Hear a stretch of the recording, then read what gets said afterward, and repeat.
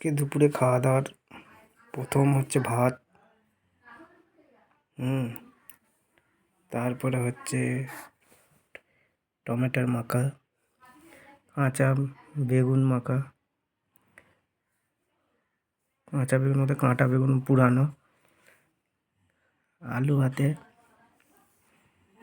এটা হচ্ছে ডাল, এটা হচ্ছে মাছের তরকারি,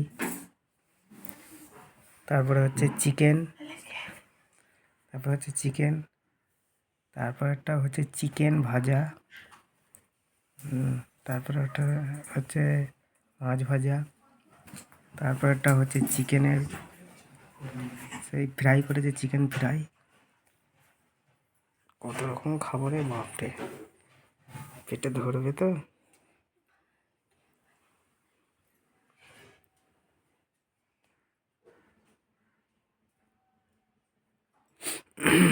অনেক রকম খাওয়া দাওয়ার ব্যবস্থা আছে আজকে।